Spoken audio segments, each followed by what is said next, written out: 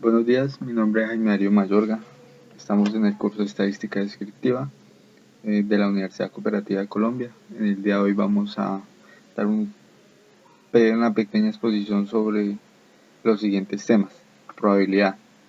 El concepto de probabilidad proviene del término latino probabilitas.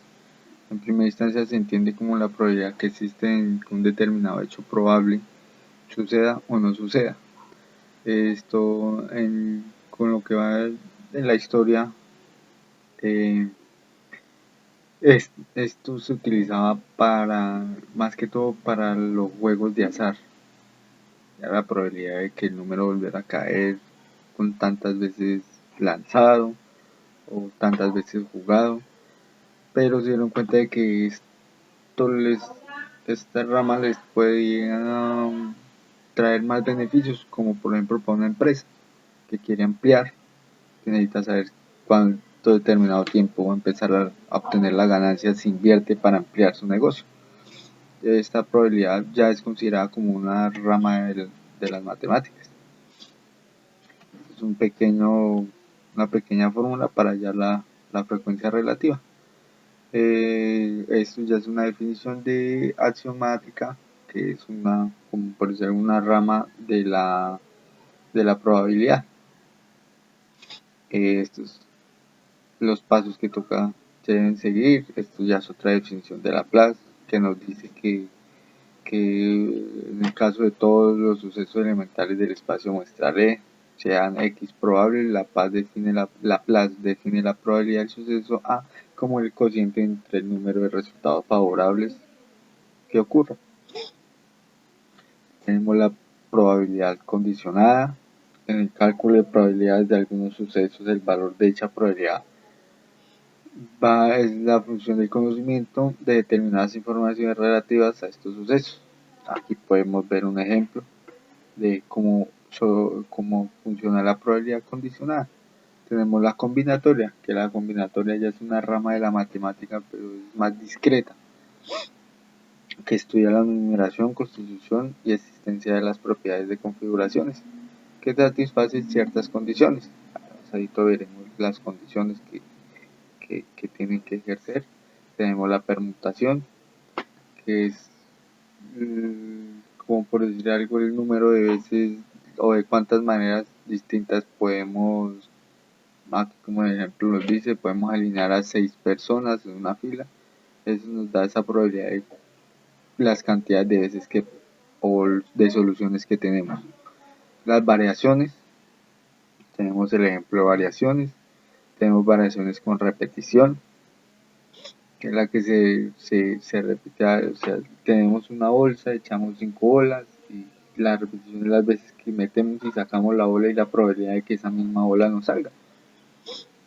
Combinaciones, cuando se trata de contar el número de subconjuntos de X elementos en un conjunto de N elementos. Tenemos lo que se denomina combinaciones de X elementos en un conjunto de N. Permutaciones con repetición, ya es otra que tenemos para hallar estas variables. Este es el otro tema, variables aleatorias. Una variable aleatoria es un símbolo que actúa en la función de las fórmulas, los algoritmos y las proposiciones de las matemáticas y la estadística.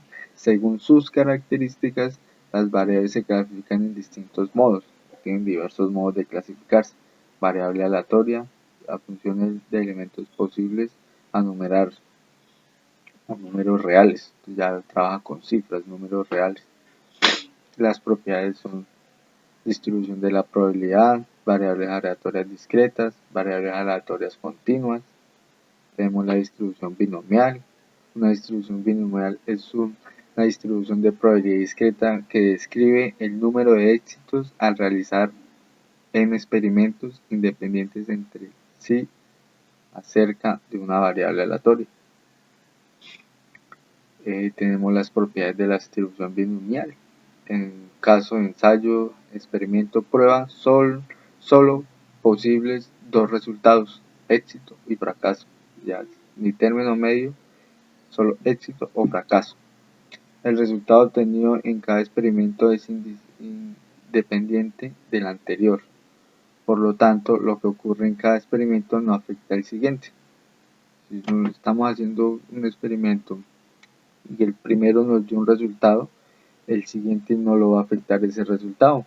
Se hace un proceso igual para ese resultado, pero no afecta al anterior. Tenemos la distribución normal. La distribución normal es una distribución con forma de campana, donde las desviaciones estándares sucesivas con respecto al medio establecen valores de referencia para estimar el porcentaje de observaciones de datos. Estos valores de referencia son la base de muchas pruebas de hipótesis, con las pruebas Z y T. Y vemos en la gráfica, podemos ver forma de campana, ¿sí? Las probabilidades. Tenemos las probabilidades de la distribución normal.